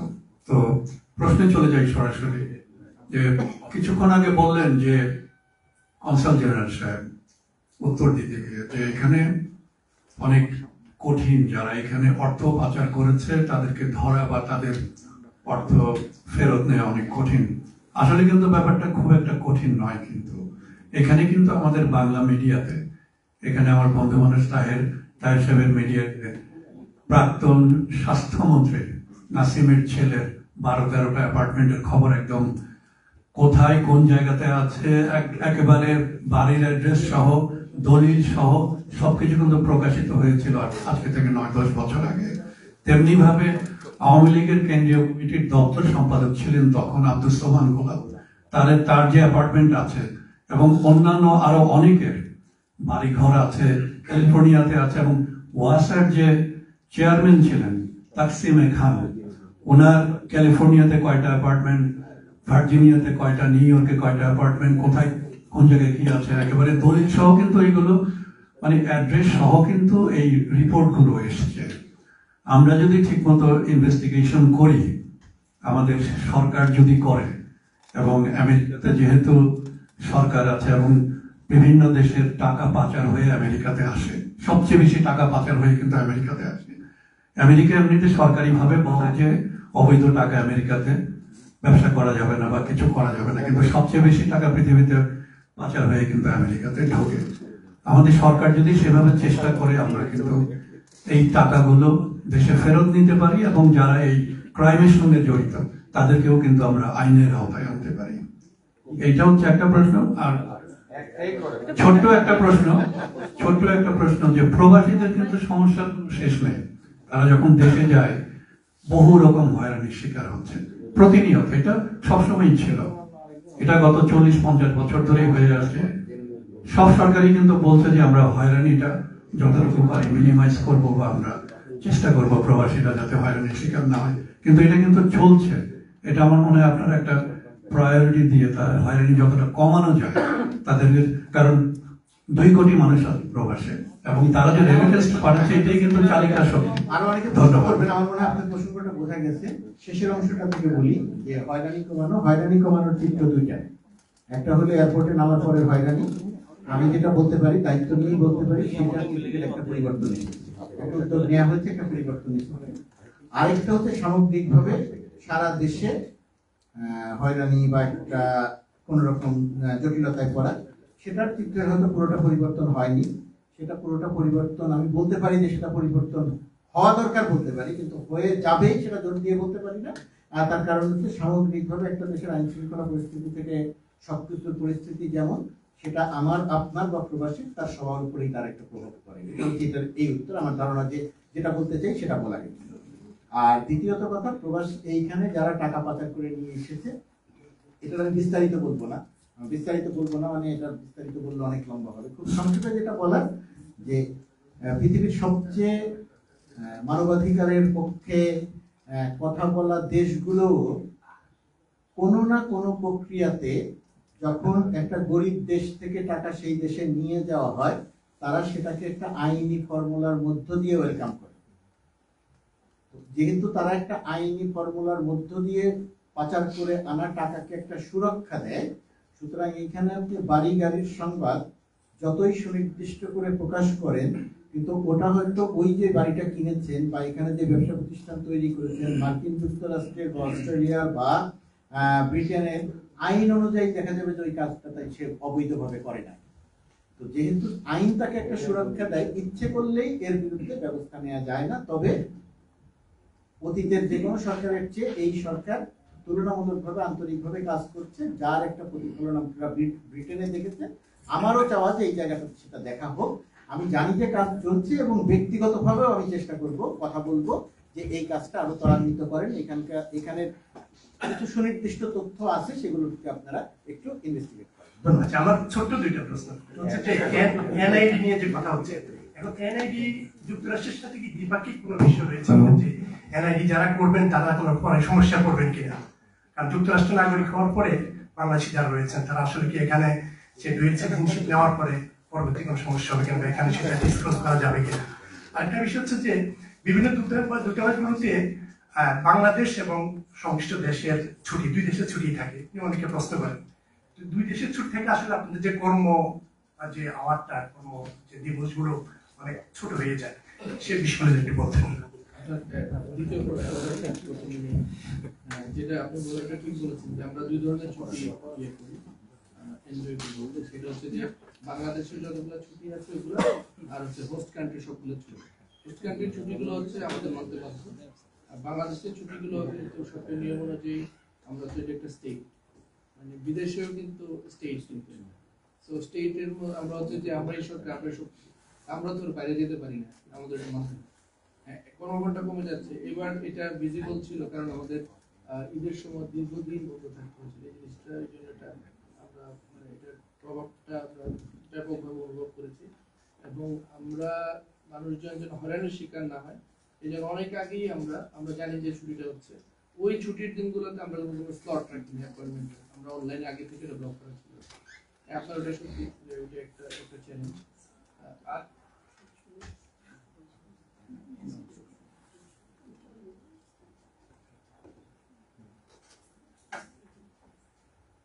আরেকটা হচ্ছে আরেকটা যেটা বলছেন যেটা যে এনআইডি রিটার্ন, এনআইডি যদি সমস্যা হয় তাহলে পাসপোর্টের সমস্যা ওটা আমেরিকানরা বলে যে আমেরিকানদের যদিও বলে যে আমার নাগরিকত্ব নেওয়ার আগে অন্য দেশের সিটিজেনশিপ ডিনাউন্স করতে হয়, কিন্তু তাদের আরেকটা কথা আছে, সেটা হচ্ছে যে একজন ব্যক্তি একাধিক পাসপোর্ট ইয়ে করতে পারে।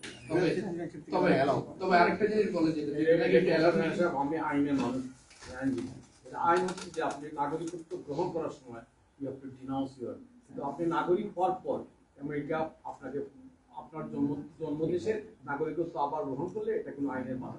সেটাই বলছি, আমেরিকান টোটাল একাধিক দেশের নাগরিকত্ব নিতে পারে। তবে আমরা যেটা নিয়ে একটু কনসার্ন সেটা হচ্ছে যে যদি অন্য একটা দেশের সাথে সে যে দেশের জন্ম যে দেশের সাথে যুদ্ধ লাগে তাকে আমেরিকার পক্ষে একটা বিষয়, ওটা আলাদা। আচ্ছা, আমার মাইক আছে কিছু অমাইক। আসলে আপনাদেরকে এই মোজাবল ভাই আপনাকে ওয়েলকাম টু নিউ ইয়র্ক, আর মুর্তজা ভাইকে welcome back to new York. তো আপনাদের কোনো প্রশ্ন নাই, আপনাদেরকে দুজনকে দেখে খুব ভালো লাগছে, আর আশা করছি আর ভালো সময় কাটবে আপনাদের সাথে। অনেক ধন্যবাদ। অনেক ধন্যবাদ। পিছন থেকে হ্যালো, আমি দ্রুত করব। আসসালামু আলাইকুম। আমি আশা করছিলাম যে মোজাম্মেল ভাই যখন সামনের দিকে সবাই হাত মিলাচ্ছিলেন, আমি একটু হাতটা উসপুস করছিলাম যে ভাই বইটা আমি পর্যন্ত আসবেন।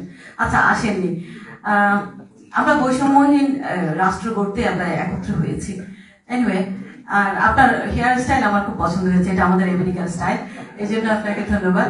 আর মুর্তজা ভাইকে স্পেশাল থ্যাঙ্কস আমার আজকে এই মাইক হাতে দিতেই হয়। আপনি 2 বছর আগে আমার মেয়ে যখন নাসায় কাজ করছিল, আপনি আমাকে ডিরেক্ট ফোন করে ওর ইন্টারভিউ করেছেন, এই জন্য আপনাকে স্পেশাল থ্যাঙ্কস। একটা অভিযোগ না করলেই নয়। আমি আস্তে আস্তে আমার কিছু কমিউনিটির মহিলাদের সাথে কথা বলে এসেছি যে আপনাদের যদি কোনো কিছু বলবার থাকে আমাকে দিয়ে আপনারা বলাতে পারেন। তো সেই অভিযোগটা হলো, যেমন ধরেন আমরা এখানে আসলে পরে আমাদের ডিভোর্স হয়, আমরা আবার বিয়ে করি, কখনো কখনো দুবারও বিয়ে করি, মেয়েদের কথা বলছেন স্পেশালি। তো আপনারা এখানে যখন অ্যানাউন্স করে ডাকেন, ওপেন জিজ্ঞেস করেন আগের জামাইরে কেন ছাড়ছেন, তো কি হয়েছিল। তো আমি আপনাদেরকে অনুরোধ করব, মেয়েদের এই স্পেশাল ইস্যুগুলো, ওই ছেলেকে তো বলেন না ভাই আপনি বউ কেন ছাড়ছেন, বলেন না। তো আমরা মেয়েরা যখন পাসপোর্ট করতে আসি, তাদের প্রাইভেসি যেন দেখা হয়, তাদেরকে যেন আলাদা রুমে নিয়ে প্রশ্ন করা হয় এবং লাউড প্রশ্ন যেন করা না হয়, এই অনুরোধটুকু আপনার প্রতি আমার থাকবে। ধন্যবাদ আপনাকে। আবার এই ধরনের প্রশ্ন তো করতেই পারে না, আমরা শিক্ষিত মানুষ প্রশ্ন আমরা করি। এটা হচ্ছে আমাদের কতটা প্রশ্ন আমরা করি না, এখন আপনি ম্যারিড কিনা, রিলিজিয়ন কি, আমরা কতগুলো প্রশ্ন আমরা কখনোই করি না। আমি আপনাকে একটু বলি, আমরা অতি আপন হয়ে যাই। এই যেমন ধরেন আমি আপনাকে আপনার চুল নিয়ে যে কথাটা বললাম, এটা আমার বলবার দরকার ছিল না, এইভাবেই আমরা ফ্রেন্ড হয়ে যাই। মেয়ে আসলে এটা যদি ডিভোর্সে হয়, তার সাথে আমরা অতি মাত্রায় ভালোবাসা দেখাতে যে এই কাজগুলো আমরা করি, যেমনটা আমি আপনাকে বললাম। এখন এটা আমার উচিত হয়নি, আমি জাস্ট উদাহরণ দেওয়ার জন্যই এই কাজটা করেছি। ধন্যবাদ। আমরা ইনস্যুরেন্স দিব যে আমরা যারা এখানে মানে সেবা প্রত্যাশী, যারা বাংলাদেশে আসে, যারা ইন্টারেক্ট করে, তারা যারা এই ধরনের বিব্রতকর ডুজ ডোন্টস যেগুলো আছে, ডুজ ডোন্টস গুলা এবং what to speak, what to not to, what to ask, what not to ask, এগুলো নিয়ে আমরা ট্রেনিং গুলো দরকার হচ্ছে। আমরা দুজনের পক্ষ থেকে আপনাদের দুজনকে অভিনন্দন জানাচ্ছি নিউ ইয়র্কে। আমার প্রশ্নটা মুর্তজা ভাইয়ের কাছে, যে গত 2 দিন ধরে সোশ্যাল মিডিয়ায় একটা ছবি ঘুরপাক খাচ্ছে, এটা প্রথমে, সেটা হচ্ছে বিগত সরকারের একজন প্রেস মিনিস্টার নিউ ইয়র্কে লুকিয়ে চলাফেরা করেন, এই ধরনের ছবি প্রকাশিত হয়েছে সোশ্যাল মিডিয়ায়। তো আপনি বর্তমান সরকারের একজন প্রেস মিনিস্টার, আপনি বিষয়টাকে কিভাবে দেখছেন? এটা কেউ যদি মার্কিন যুক্তরাষ্ট্রে থাকেন এবং লুকিয়ে থাকেন, তিনি যদি আইনগতভাবে বৈধভাবে না থেকে থাকেন, সেটা আসলে দেখার দায়িত্ব বাংলাদেশের দূতাবাস অথবা প্রেস মিনিস্টার হিসেবে আমার এটা পড়ে না। এটা দেখার জন্য এটা মার্কিন যুক্তরাষ্ট্রের নিজস্ব ব্যাপার, তারা দেখবেন এটা। ব্যক্তিগতভাবে কে লুকিয়ে আছেন কে লুকিয়ে নেই এই বিষয়ের দিকে আমরা মনোযোগ দিচ্ছি না। আমি মনে করছি যে এটা মনোযোগ দেওয়াটা আমাদের কাজের মধ্যেও পড়ে না। বাংলাদেশের স্বার্থ দেখার আরো নানা রকমের কাজ আছে, আমরা সেই সমস্ত কাজ নিয়েই থাকতে চাই। ধন্যবাদ। ধন্যবাদ। আমি একটি প্রশ্ন, আমার ধারণা ছিল যে এই প্রশ্নটি সব অনেকের কাছ থেকে আসবে।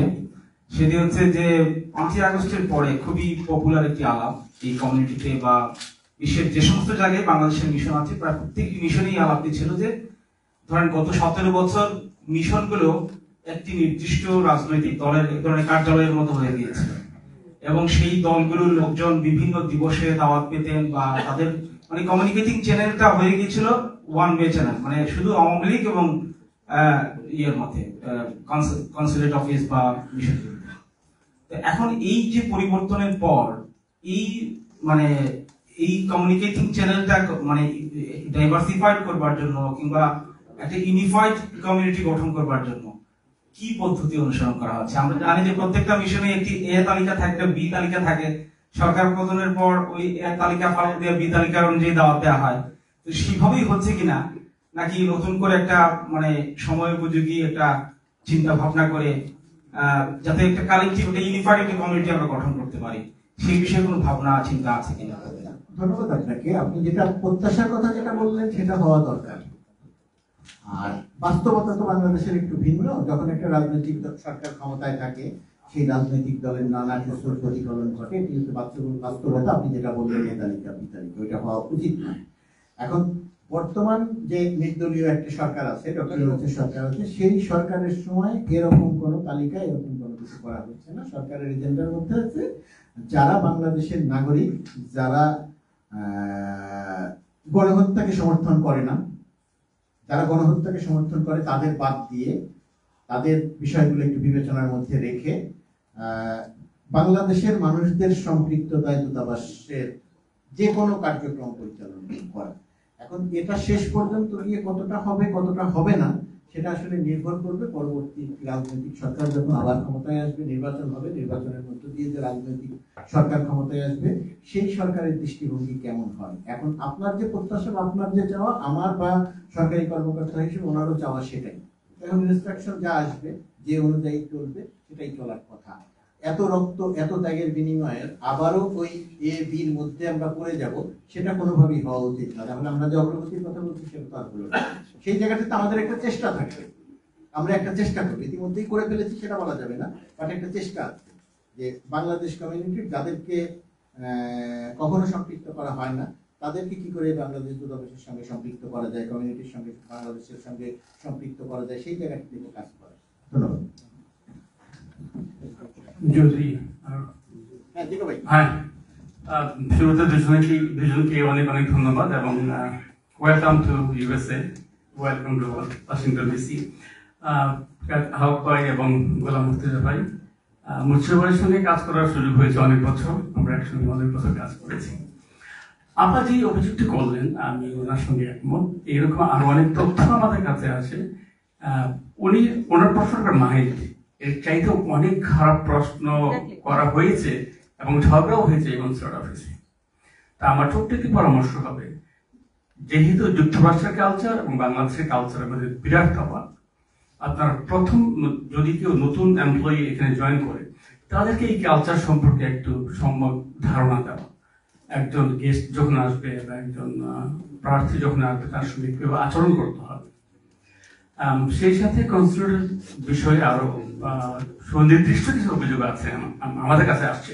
যেহেতু সংবাদপত্রের সঙ্গে সম্পৃক্ত আমরা, হয়তো সুযোগ হলে আপনার সঙ্গে আমরা এই বিষয়ে কথা বলবো।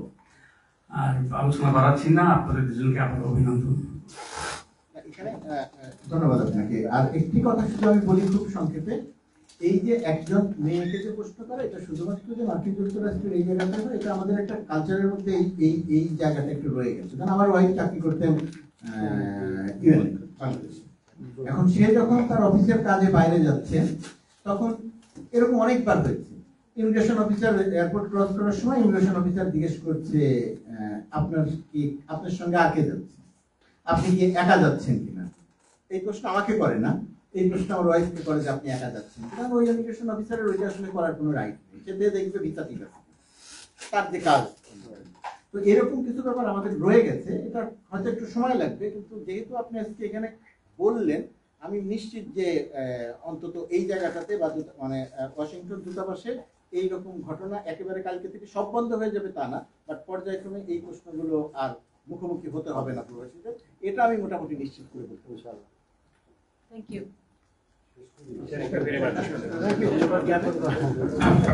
আমাদের এখানে একজন শিক্ষক আছেন,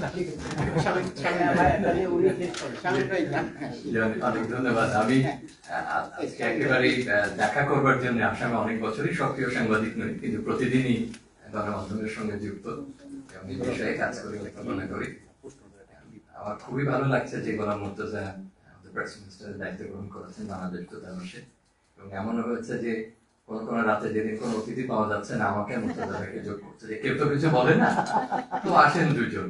এইভাবে আমরা অসংখ্য আলো করে যে বহু শত এরকম অনুষ্ঠান পাওয়া যাবে যে ওই দিন আর কেউ মুখ খুলতে চাচ্ছেন না, আমরা দুজন যতটুকু ঘুরিয়ে ফিরিয়ে মোটামুটি বলা যায়। আমার থেকে অনেক বেশি স্পষ্টবাদী তিনি। আমি যেহেতু একটা প্রতিষ্ঠানে আছি, একটু অনেক সময় বিবেচনা করে অনেক কিছু ব্যাখ্যা করে বলতে হয়, তো অভিনন্দন জানানোরও সুযোগ হয়নি। এবং উনি দায়িত্ব নিয়েছেন অন্যদের থেকে, কে কেমন সেটা বলবো না, কিন্তু তিনি দীর্ঘ অভিজ্ঞতার মধ্য দিয়ে গেছেন সাংবাদিক হিসাবে, লেখক হিসাবে, পর্যবেক্ষক হিসাবে, একজন সোশ্যাল অ্যাক্টিভিস্ট হিসাবে, এবং আমার দৃঢ় বিশ্বাস যে তিনি আমাদের প্রেস মিনিস্টার হিসেবে অসাধারণ ভূমিকা রাখবেন। মোজাম্মেল হক তরুণ কর্মকর্তা ছিলেন সার্ক ডেস্কে, এবং তখন মালদ্বীপে বাংলাদেশের একটা দলের আমি নেতৃত্ব দিয়েছিলাম। অনেকদিন পর দেখা, তিনি এখন আরো পরিপক্ক হয়েছেন কূটনীতিক হিসাবে, কাউন্সিল জেনারেল হিসাবে এখানে দায়িত্ব গ্রহণ করেছেন। আজকে অনুষ্ঠানে যেভাবে সবার প্রশ্ন তারা নিচ্ছেন, আন্তরিকভাবে উত্তর দিচ্ছেন, তাতে আমার দৃঢ় বিশ্বাস যে তারা ভালো করবে। আমার গত 3 দশক বা তার বেশি সময় মধ্যপ্রাচ্য ছাড়া পৃথিবীর প্রায় সব মহাদেশে পড়াশোনা বা পেশাগত কাজের অভিজ্ঞতায় দেখেছি যে দূতাবাসগুলোর একটা পরিবর্তন ঘটেছে, এবং আমাদের অভিবাসী যাদেরকে বলি অনেকভাবে আমাদের চোখের সামনে মার্কিন যুক্তরাষ্ট্র অভিবাসন প্রসারিত হয়েছে, ইটালিতে প্রসারিত হয়েছে, ইউরোপে হয়েছে, দক্ষিণ পূর্ব এশিয়া আমরা একদম ছাত্র জীবন থেকে দেখেছি সংকোচন হচ্ছে চোখের সামনে। এই শহরে আমার প্রায় 35 বছর দেখার অভিজ্ঞতা। সুতরাং কনসুলেটের অবস্থান থেকে আমাদের অপ্রজপতি অনুযায়ী আমার শিক্ষার্থী সবাই যুক্ত আছেন। আমি দুটো জিনিস শুধু সংক্ষেপে বলবো। একটা যে জনপ্রতিনিধির কথা বলেছেন, আমি খুবই একমত। ট্র্যাক টু ডিপ্লোম্যাসি সবসময়ের জন্য আমাদের দেশে অত গুরুত্ব পায়নি। আমার মনে এটা একটা সুযোগ মতো যে ভাই আছেন যে ট্র্যাক টুটাকে আরো সম্প্রসারিত করা। এটা নির্ভর করবে আমরা কিভাবে সহযোগিতা করবো আমাদের অফিসকে, এবং আমাদের কূটনীতিকরা বা দায়িত্বপ্রাপ্তরা কিভাবে সেটা উত্তর দেবে। এটা কিন্তু একপাক্ষিক না। একটা অনুরোধ থাকবে, যেটা আমি দক্ষিণ পূর্ব এশিয়ার ক্ষেত্রে বলি বা ইউরোপের ক্ষেত্রে, আমরা আমাদের এই নির্দিষ্ট সম্প্রদায়ের বাইরে খুব বেশি যুক্ত হই না। কিন্তু আমার মনে হয় বাংলাদেশ অনেক পরিপক্ক রাষ্ট্র, এখন দীর্ঘ বয়স হয়েছে। থিঙ্ক ট্যাঙ্কগুলো মার্কিন যুক্তরাষ্ট্রের, একাডেমিয়া, গবেষণা প্রতিষ্ঠান, গণমাধ্যম, যেটা ভিডিও করবেন নবযোগ সাংবাদিক, তার সঙ্গে যেন আমাদের যুক্ততা তৈরি হয়, সেইটা আমার মনে হয় যে জনপ্রতিনিধিকে আরো সামনের দিকে নিয়ে যাবে। আমরা সাংস্কৃতিক ভাবে যুক্ত হচ্ছি, অনেক কাজ আমরা করছি। আমার দিক থেকে যদি আমাদের দিক থেকে সহযোগিতা থাকে, স্থানীয় কমিউনিটি তারা আছেন, এটা একপাক্ষিক না।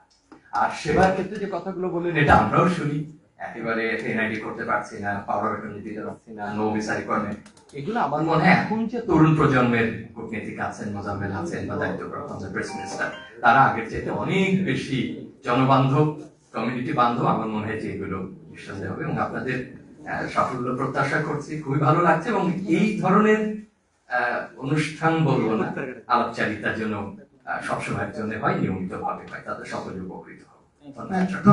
ধন্যবাদ শামীম রেজা ভাই। আমার আসলে আলোচনা শুরুর আগে আলাদা করে বলা দরকার ছিল। শামীম ভাই তো সহকর্মী, মানে আমরা টকশোর সহকর্মী হিসেবে তো বহু রাতে বহু ঝুঁকি নিয়ে আমরা একসঙ্গে কাজ করেছি, কথা বলেছি, অসংখ্য সাংবাদিক তৈরি করেছেন। আমরা সাংবাদিক আর শামীম রেজা অসংখ্য সাংবাদিক ঢাকা বিশ্ববিদ্যালয়ের সাংবাদিকতা বিভাগের শিক্ষক হিসেবে দায়িত্ব পালন করছেন, করাচ্ছেন। সেই হিসেবে যে কথাটা বললেন সেটা খুবই গুরুত্বপূর্ণ। কূটনীতি এটা খুব গুরুত্বপূর্ণ ব্যাপার। আমি শুধু একটা কথা বলে শেষ করি যে এটা এই বর্তমান সরকার আসার পরে অনেক বড় প্রত্যাশা তৈরি হয়েছে দেশে এবং দেশের বাইরে। আমি তখন দূতাবাসে আসলাম, এটা বলেই আমি শেষ করবো, লম্বা কথা বলবো না। দূতাবাসে এসে আগে থেকেই জানছিলাম, এখানে এসে যেটা দেখলাম আমি একটু যোগ করেছি, ভারতীয়দের যে কমিউনিটি আছে, ভারতীয় মানে আমেরিকান যারা, ইন্ডিয়ান আমেরিকান যারা, তারা অনেক সংগঠিত। তারা বাংলাদেশ ইস্যুতে সংগঠিতভাবে স্টেট ডিপার্টমেন্ট থেকে শুরু করে থিঙ্ক ট্যাঙ্কের কাছে বাংলাদেশ বিষয়ক অসংখ্য অপপ্রচার খুব সংগঠিতভাবে করে। এর সঙ্গে কিন্তু ভারতীয় দূতাবাসের কোনো সম্পর্ক নেই, ভারত সরকারের কোনো সম্পর্ক নেই। তারা উদ্যোগী হয়ে এই কাজটা করছে। আর আমাদের যে জায়গাটা আমি দেখলাম একটা দুর্বলতা, বাংলাদেশের বহু মানুষ এখানকার মিনিস্ট্রির সঙ্গে আছেন, কাজ করছেন, ভালো আছেন, আপনারা যারা সাংবাদিক করছেন তারা কাজ আছেন, কিন্তু আমি খেয়াল করে দেখলাম যে আমাদের দূতাবাসগুলোর সঙ্গে বাংলাদেশের বহু মানুষের কোনো যোগাযোগ নেই। ইন্ডিয়ান কমিউনিটি যে প্রক্রিয়াতে যেভাবে সংগঠিতভাবে বাংলাদেশ বিষয়ক প্রোপাগান্ডাগুলো তাদেরকে যোগান দিয়ে যাচ্ছে, বাংলাদেশের কূটনীতিকদের পক্ষে কোনোভাবেই সম্ভব না ও তার মোকাবেলায় দূতাবাস বা কনসুলেটের পক্ষ থেকে ওই জায়গাটাতে গিয়ে ওই কাজটা করবে। ওই কাজটা করার জন্য অবশ্যই বাংলাদেশি কমিউনিটিকে কাজে লাগাতে হবে, বাংলাদেশ কমিউনিটির এই জায়গাটাতে কাজ করতে হবে। আমি খোঁজ করতে গিয়ে দেখলাম যে আমাদের দূতাবাস বা কোনো জায়গাতে এদের ওই অর্থে তেমন কোনো তালিকা নাই। আমি জানি না যে ক্যালিফোর্নিয়াতে বাংলাদেশের কতজন কিরকম অবস্থায় আছে, আমি জানি না যে ইভেন ওয়াশিংটন ডিসিতেও কারা কোন জায়গাতে আছেন। মার্কিন যুক্তরাষ্ট্রের একটা সাংবাদিকরা আমরা বিভিন্ন জায়গাতে আছি, আপনারা কাজ করছেন, মেইন স্ট্রিমের সঙ্গে কারা কারা কাজ করছেন, কারা কোন জায়গাতে কথা বলতে পারেন। আমি মিনিস্টার হিসেবে ওয়াশিংটনের যে জায়গাটাতে পৌঁছাতে আমার হয়তো 2 ঘন্টা লাগবে, এমন অনেক বাংলাদেশের মানুষ হয়তো আছেন তিনি হয়তো ওই জায়গাতে ভেতরে বসে আছেন, কিন্তু তার সঙ্গে আমার কোনো সম্পর্ক নেই, দূতাবাসের কোনো সম্পর্ক নাই, তিনিও যোগাযোগ করছে না, দূতাবাসের পক্ষ থেকে আমরাও কখনো যোগাযোগ করিনি। ওই জায়গাটাতে আমরা একটা চ্যালেঞ্জ তৈরি করছি, আমরা চেষ্টা করছি এরকম একটা ডাটাবেস তৈরি করার। ওই জায়গাটাতে আপনাদের সবার, বিশেষ করে সাংবাদিক হিসেবে যারা আছেন তাদের একটা সহায়তা দরকার। আমরা চেষ্টা করছি একটা জিনিস তৈরি করার, আমরা নিশ্চয়ই ওই বিষয়টা নিয়ে পরবর্তীতে আবার কথা বলবো, কারণ এটা খুব জরুরি। অনেক ধন্যবাদ আপনাদের সবাইকে। ধন্যবাদ সবাইকে। আজকে আমাদের মিট এন্ড গ্রিট প্রেস এখন সবাইকে আমি সুযোগে আমন্ত্রণ জানিয়ে আজকে অনুষ্ঠান ধন্যবাদ।